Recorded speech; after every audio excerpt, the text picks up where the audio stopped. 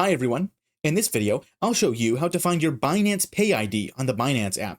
This is very useful if you want to receive payments or send money using Binance Pay. I'll show you two easy methods to find your Pay ID. So let's get started. Method 1. Using the profile icon. Open the Binance app and make sure you're logged in. Look at the top left corner where you'll see a yellow Binance icon. Tap on it and you'll see your user ID displayed.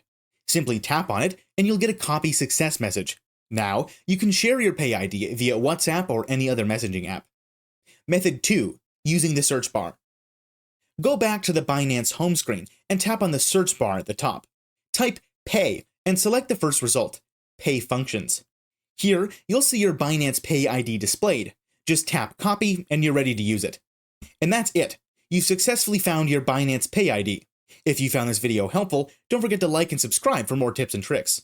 Thanks for watching, and I'll see you in the next video.